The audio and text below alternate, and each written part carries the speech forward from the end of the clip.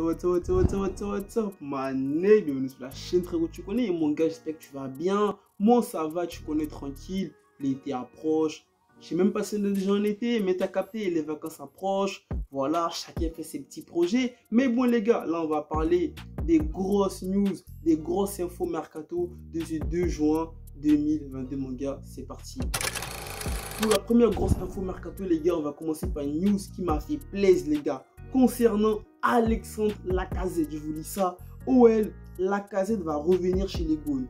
L'Olympique lyonnais aurait trouvé un accord avec Alexandre Lacazette pour que le buteur d'Arsenal revienne dans son club formateur. En 2017, il avait rejoint la capitale anglaise pour 53 millions d'euros. L'écurie rhodanienne avait repris contact avec le clan à l'automne dernier pour envisager un possible retour. Jean-Michel Aulas, le président de l'OL, n'a jamais caché son envie de revoir le buteur porter les couleurs lyonnaises et son souhait devrait être exaucé. Le quotidien explique que l'annonce serait même imminente. Par ailleurs, le Lyonnais de formation aurait accepté de diviser son salaire par 2 par rapport à la Première Ligue.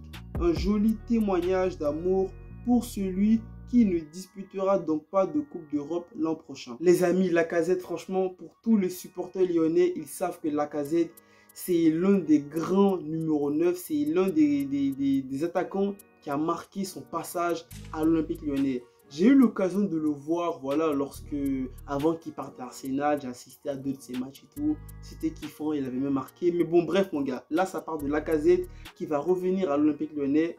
Déjà, il faut savoir que Lacazette, il a 31 ans. Ces dernières années en Première Ligue, c'est compliqué, hein, il s'est blessé. Son transfert en Première Ligue n'a pas vraiment été une réussite, comme la majorité des joueurs de Ligue 1 qui percent et ensuite qui partent en Première Ligue. Mais Lacazette, voilà, témoignage d'amour pour son club. S'il revient à l'Olympique lyonnais, il a décidé de diviser son salaire par 2. Et je pense que Lacazette, ça fera une très bonne recoupe pour l'OL. Déjà que l'OL, cette année, c'était compliqué. Si Lacazette vient cette année à l'OL, il va jouer aucune Coupe d'Europe. En sachant que là, Arsenal a terminé 5e. Mais bon, après, à savoir si la saison prochaine, Arteta allait toujours compter sur lui. Après, Jean-Michel Aulas, franchement, s'il réussit à ramener Lacazette, moi, je pense que ça permettra à l'Olympique lyonnais de viser un classement plus haut que celui de cette année. Parce que d'année en année, on a une équipe de l'OL qui est en baisse de régime, qui est en baisse de qualité de jeu. Donc pour moi, je pense que Lacazette, ce serait un bon plan pour l'OL et aussi pour lui aussi. Parce que ça permettra à Lacazette de se retrouver. La Ligue 1, c'est un championnat qu'il connaît bien. Donc les gars, on verra si l'OL réussira à boucler ce transfert, les frérots. Là, on va enchaîner avec une news qui est officielle. Voilà, les amis du Real, ils ont réussi à recruter Rudiger. Tout le monde le savait, hein. Voilà, Rudiger, il a dit qu'il ne prolongeait pas à Chelsea.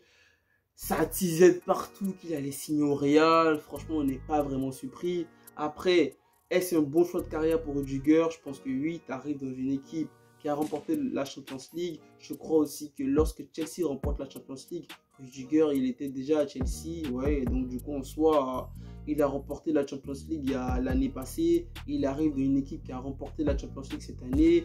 Cette année en Champions League, Rudiger, il a vraiment très bien joué. Aussi, lorsqu'on analyse toute sa saison avec Chelsea, s'il a été performant, il était titulaire. Il a même marqué face au Real sur un corner. Donc, je pense que, voilà, les amis du Real, ça va leur permettre de se renforcer en défense. À voir, voilà, qui va passer sur le banc en Militao et Alaba. Parce que Rudiger, je pense que s'il arrive, c'est pas titulaire. Mais je pense que quand même, ça permettra au Real de se renforcer en défense. Sinon, très bonne recrue pour le Real. Ils l'ont eu gratuitement. Et comme je l'ai dit, hein, le Real, lorsqu'ils vont chercher un joueur, c'est un joueur qui est déjà prouvé dans un grand club. Le Real, ils ne prennent pas des risques, des gros risques inutilement. Donc, conclusion, très bonne recrue pour le Real. Et là, pour la troisième info, on va continuer avec encore un défenseur. Là, c'est pas voilà, un défenseur qui a signé dans un club. C'est un défenseur qui est en partance pour un club et qui est dans une situation depuis 2 ans critique, les gars. On va parler de Umtiti. Samuel Umtiti fait partie des joueurs invités à quitter le Barça depuis quelques mois et pourtant le joueur ne semble pas vraiment tout mettre en œuvre pour trouver un nouveau club. Après s'être accroché à son contrat en pensant peut-être réintégrer le groupe de Xavi, le Français doit se faire une raison, il ne fera jamais partie des plans du coach. Dernièrement, je ne sais pas si c'est l'année dernière, Umtiti a reprolongé au Barça. C'est une décision qu'il a prise qui a vraiment choqué pas mal de monde parce que je disais, le mec, il s'est blessé. Bon, après, il a eu des pépins physiques. Les différents coachs du Barça qui sont passés, Koeman et tout ça, n'ont pas vraiment compté sur lui. Lorsqu'il a prolongé, il s'attendait à ce que Xavi lui fasse une faveur, mais bon, Xavi n'a pas compté sur lui. Je ne sais même pas si cette année-là, la saison qui vient de passer, c'est Umtiti, il a joué 10 matchs. Umtiti, s'il part, il y a certaines choses qui disent qu'il va retourner en Ligue 1, qu'il va retourner à l'Olympique Lyonnais. Donc je pense que quand même, voilà, pour l'OL, s'ils arrivent à faire la casette et à récupérer Umtiti, deux anciens big joueurs qui ont marqué l'Olympique Lyonnais, ça pourra permettre à l'OL, comme je l'ai dit, de rebondir en Ligue 1. Mais pour Umtiti, je pense que c'est la meilleure solution. Après, est-ce qu'un Umtiti peut rebondir dans un autre gros club? Je pense pas. Je pense pas parce que rester longtemps sans jouer au haut niveau, c'est compliqué. Donc moi, je pense que pour moi, Umtiti a besoin d'un club pour se relancer. Et l'Olympique Lyonnais, la Ligue 1, c'est un championnat dans lequel il a débuté, qu'il connaît super bien. Donc je pense que c'est un très bon point de chute pour Umtiti. Mais bon les gars, à voir s'il va partir du Barça, s'il va toujours s'accrocher à son contrat.